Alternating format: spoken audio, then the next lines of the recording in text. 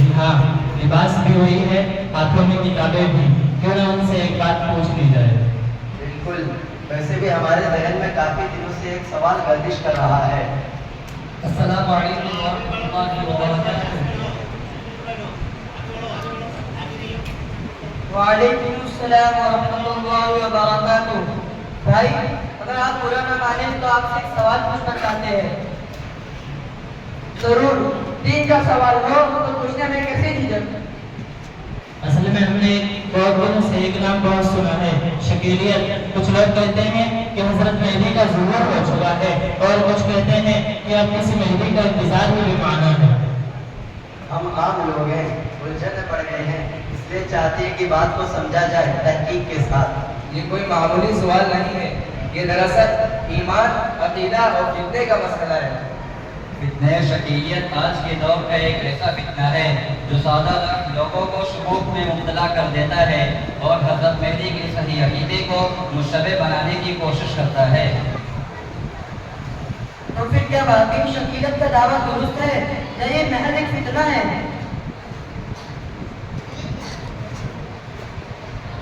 اسی مقصد کے تحت آج کا یہ مکالمہ آپ حضرات کے سامنے پیش کیا جا رہا ہے، فتنہ شکیلیت اور حضرت مہدی۔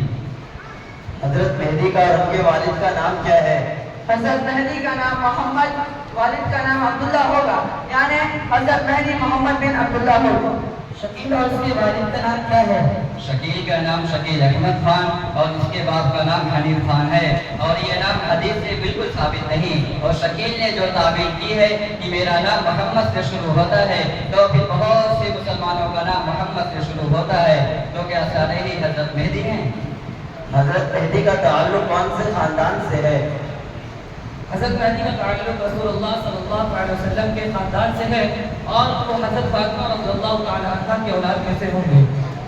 جب شکیل سے پوچھا گیا کہ حضرت مہدی تو حضرت فاطمہ رضی اللہ عنہ کی نسل سے ہوں گے، تمہارا تو دور دور تک اس سے کوئی تعلق نہیں، تو اس پہ شکیل نے کیا جواب دیا؟ شکیل نے اس حدیث کا یہ کہہ کر انکار کر دیا کہ آج کل خاندان کا کوئی ریکارڈ نہیں، جبکہ حضور صلی اللہ علیہ وسلم نے حضرت مہدی کا نسب بتا دیا۔ تو اس کا مطلب یہ ہے کہ حضرت مہدی کا نسب نامہ محفوظ ہے، اور جس کا نسب نامہ ہی محفوظ نہ ہو اور وہ خود کو مہدی کہے تو یہ اس کے جھوٹا ہونے کی دلیل ہے۔ حضرت مہدی کی شکل و صورت کیسی ہوگی اور وہ کس کے مشابہ ہوں گے؟ حضرت مہدی کا چہرہ روشن ہوگا، پیشانی کشادہ ہوگی، ناک بلند و خوبصورت ہوگی، اور وہ حضور صلی اللہ علیہ وسلم کے مشابہ ہوں گے۔ شکیل ابن حنیف کا حلیہ کیسا ہے اور کس کے مشابہ ہے؟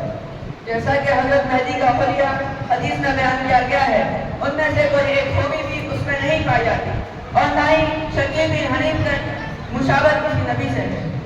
کہ حضرت مہدی کے ظہور سے پہلے کوئی واقعہ پیش آئے گا؟ حضرت مہدی کے ظہور سے پہلے شام و عراق اور مصر کی ناکہ بندی، دریائے فرات سے سونے کے پہاڑ کا ظہور، اور مینا میں حجاج کی باہمی خوبصورتی اور سفیانی کا فتنہ انگیز خروج کا واقعہ پیش آئے گا۔ اس طرح کا کوئی واقعہ شکیل بن حنیف کے ظہور سے پہلے پیش آیا؟ اس طرح کے واقعے کی بات تو بہت دور، اس کے ظہور سے پہلے چوٹی کے مرنے کا واقعہ بھی پیش نہیں آیا، اور نہ ہی کسی طرح کی ناکہ بندی یا حجاج کے درمیان خونریزی کا واقعہ پیش آیا۔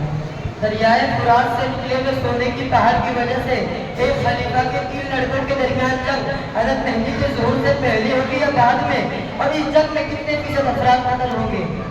یہ واقعہ حضرت مہدی کے ظہور سے پہلے پیش آئے گا، جس کے نتیجے میں خلیفہ کے 3 لڑکوں کے درمیان جنگ میں 99% افراد قتل ہو جائیں گے۔ کیا شکیل بن حنیف کے ظہور سے پہلے خلیفہ کے 3 لڑکوں کے درمیان جنگ ہوئی اور کوئی قتل ہوا؟ بالکل نہیں، اس کے ظہور سے پہلے نہ کوئی جنگ ہوئی اور نہ کوئی قتل ہوا، بلکہ یہ تو بہار میں پیدا ہوا اور نہ ہی بہار میں کوئی خلیفہ ہے، تو ان کی لڑکوں کے درمیان جنگ کہاں سے ہوگی؟ اور اب تو وہ ظاہر بھی ہو چکا ہے، یہ تو واضح طور پر اس کے جھوٹا ہونے کی دلیل ہے۔ ایسا کون سا واقعہ پیش آئے گا جس کے فوراً بعد حضرت مہدی کا ظہور ہوگا؟ ایک خلیفہ کی موت پر اس کے جانشینی کے تعلق سے اختلاف ہوگا، پھر اس کے فوراً بعد حضرت مہدی کا ظہور ہوگا۔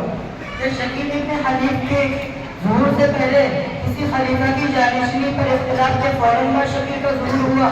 آپ حضرات کو تو معلوم ہے کہ